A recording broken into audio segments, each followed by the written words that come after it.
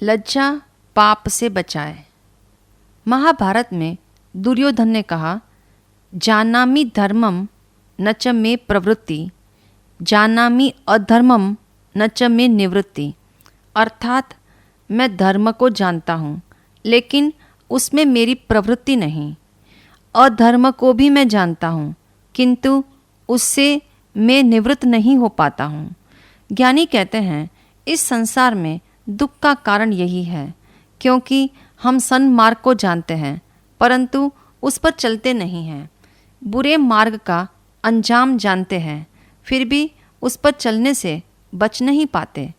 सुख का guarantee card उसी के हाथ में है जो जानता है कि धर्म में मुझे प्रवृत्ति करनी है और वैसा करता भी है, अधर्म से निवृत्ति लेनी है और उससे निवृत्ति भी लेता है।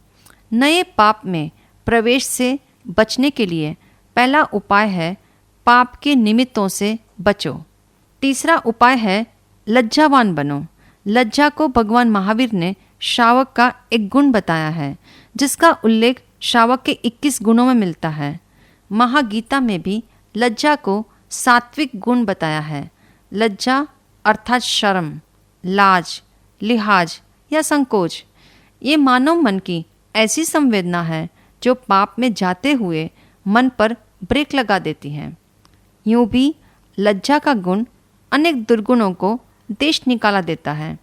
मनोविज्ञान के अनुसार हर आदमी के भीतर 2 प्रकार की मनोदशा है, एक विकसित होने वाली और दूसरी संकुचित होने वाली।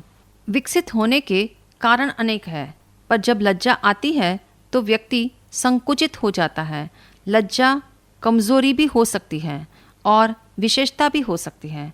अगर लज्जा मानसिक कमजोरी है तो वह दुर्गुण है, जैसे खुलकर बात करने में शर्माना या किसी के घर जाने में शर्माना।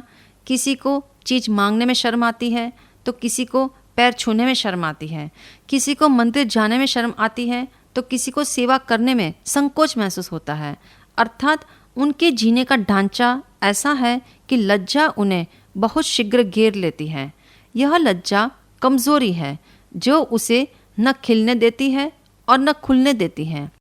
लज्जा विशेषता तब बनती है जब पाप मार्ग पर जाते हुए उसे अटकाए। अगर पाप हो जाने के बाद मन अपराध बोध से बोझिल हो गया तो समझ लेना लज्जा का गुण आज भी जीवित है। ऐसा शख्स पाप करके स्वयं को पतित एवं घृणित समझने लगता है। एक गुजराती शायर ने लिखा है, दर्द दिलना જ્યાં મર્મ ખોલે છે, હોઠ સિવાય છે ને આંખ બોલે છે, સિર ઝુકાવે છે શરમથી ધર્મી, પણ પાપ જ્યારે જબાન ખોલે છે। अर्थात दिल जब अपने दर्द के रहस्य यानी पाप को खोलता है तो होंठ चुप हो जाते हैं, आंखें बोलती है और सिर शर्म से झुक जाता है। जो कार्य कहने से नहीं होता वो लज्जा से हो जाता है। इसलिए कहावत बनी है, लाज सुधारे काज। शर्म, लज्जा मनुष्य का दैवीय गुण है। यही कारण है हमारे समाज में बेशर्म शब्द अपशब्द की भांति प्रयोग किया जाता है। जिसके मन में पाप करते हुए संकोच नहीं रहता उसे बेशर्म कहा जाता है। शर्म हमें अनेक बुराइयों से दूर रखती है। चाहे हम विशेष रूप से साधना न कर पाएं, पुरुषार्थ न भी कर पाएं, किंतु हमारे भीतर लज्जा है तो पाप में प्रवेश से बच सकते हैं। इसके लिए समूह में रहना अनिवार्य है। समाज में रहकर लज्जा का गुण विकसित होता है। समूह में लज्जा का भय है। जंगलों में रहने वाले को लज्जा नहीं महसूस होती। लज्जा का गुण भीतर की परतों को कठोर नहीं होने देता। लज्जा गुण की इतनी क्षमता है कि वह धर्म की आराधना भी करवा सकता है। प्राचीन समय में घूंघट प्रथा भी लज्जा को जीवित रखने के लिए थी। इसके पीछे सात्विक उद्देश्य था। जिसकी आंख में शर्म है वह बुराई से बचता रहेगा। इतना ही नहीं, वह कटु, तुच्छ और अभद्र वचन भी नहीं बोलेगा। अविनय एवं अनादर से बचाने वाली यह प्रथा संस्कृति को बलवती बनाती थी। हालांकि बहुत सारे तर्कों से आज इस उद्देश्य को समाप्त कर दिया गया। लेकिन लज्जा आज भी बरकरार है। लज्जा का गुण मन में आते ही जीवन में 3 परिवर्तन आते हैं। पहला परिवर्तन मुख मुद्रा में परिवर्तन आता है। शर्म आते ही मुख लाल हो जाता है और आंखें झुक जाती हैं। एक बार बादशाह अकबर ने बिरबल से पूछा था, लज्जा कहाँ रहती है? बिरबल ने कहा, लज्जा का स्थान आँखों में है। तभी तो लज्जा से आंखें झुक जाती हैं। जैसे वृक्ष पर फल फूल आने से डालियां झुक जाती हैं, लज्जावान भी अपराध बोध से ऐसा भर जाता है कि आंखें झुक जाती हैं, कंठ रुंध जाता है, काया स्तब्ध हो जाती है और उसकी दशा ऐसी है जैसे काटो तो खून नहीं, अथवा धरती फटे तो मैं समा जाऊं। दूसरा परिवर्तन, लज्जा में मानसिकता कोमल हो जाती है, अतः चित्तवृत्तियों की कठोरता प्रकट नहीं होती। तीसरा परिवर्तन, लज्जा आते ही हमारा अभद्र शब्द एवं तुच्छ व्यवहार का प्रयोग रुक जाता है। राह चलता भिखारी भीख मांग रहा है और सामने वाले व्यक्ति में लज्जा का गुण नहीं है तो वह उसे भला बुरा कहेगा, उसे उपदेश देने लगेगा। लज्जालु यदि कुछ न भी दे तो कम से कम उसे भला बुरा तो नहीं कहता। इस प्रकार लज्जा अशिष्ट एवं अभद्रता जैसे अनेक दुर्गुणों से बचाती है, अतः लज्जा जीवन में अनिवार्य है। लज्जा का गुण साधकों की साधना में भी सहायक बनी है। शास्त्रों में भी कहा है कि लज्जा का गुण साधकों की साधना में भी सहायक बनता है। साधना के मार्ग पर यदि साधक को फिसलने के निमित्त मिले तो वहाँ लज्जा के गुण ने उन्हें संभाला है। इस गुण के कारण बुराई में प्रवेश नहीं हो पाता। धर्म में प्रवृत्ति और पाप से निवृत्ति कराने वाला यह लज्जा का ही गुण है। आश्चर्य है, आज के युग में लज्जालु को इंट्रोवर्ट, मूर्ख, कमज़ोर, फूहड़ आदि नामों से नवाजा जाता है।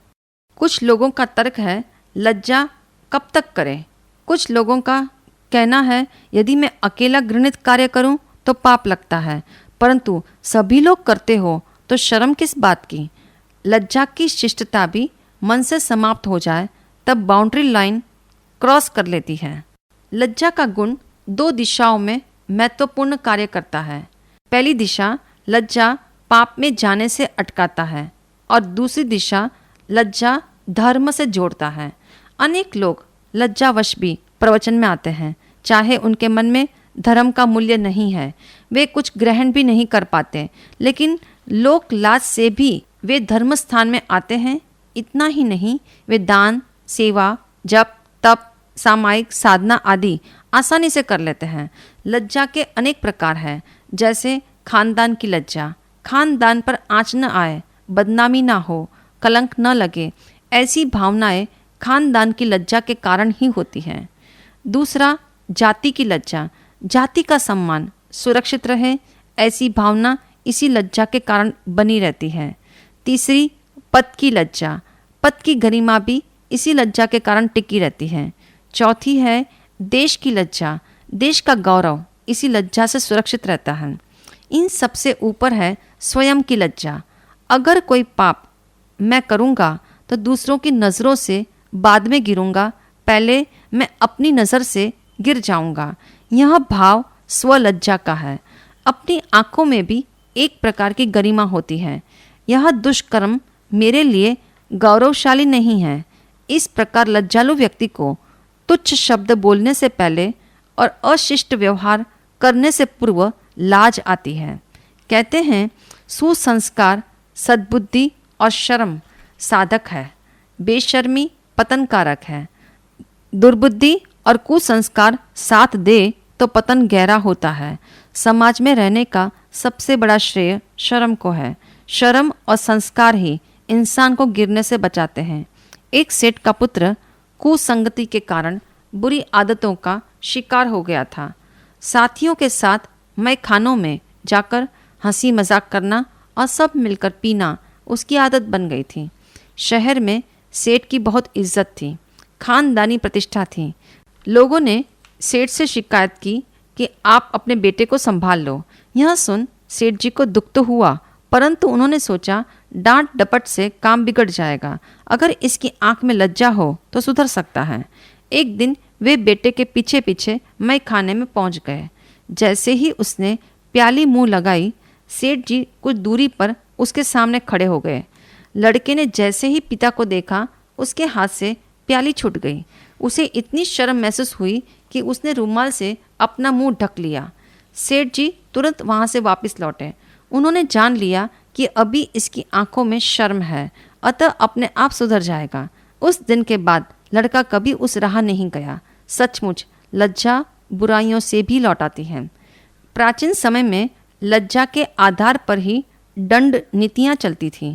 वे अपराधियों को 3 प्रकार से दंडित करते थे। पहली नीति हकार नीति। इसमें अपराधी को सिर्फ इतना ही कहा जाता था, हाय, अर्थात तूने यह क्या किया। उसके लिए यह शब्द सुनना ही इतनी बड़ी सजा होती थी कि वह फिर कभी उस पाप को न करने का संकल्प कर लेता था। दूसरी नीति मकार नीति। इसमें अपराधी को सिर्फ इतना ही कहा जाता था, मत करो। यह सुनकर ही उसका मन लज्जित हो जाता और वह पाप से हट जाता था। तीसरी नीति धिक्कार नीति। इसमें अपराधी को धिक्कार है, इतने शब्द मात्र से अपराधी अपना मन बदल लेते थे। उस समय के लोग इतने सरल थे कि मात्र शब्दों को सुनने से भी उन्हें लज्जा आती थी।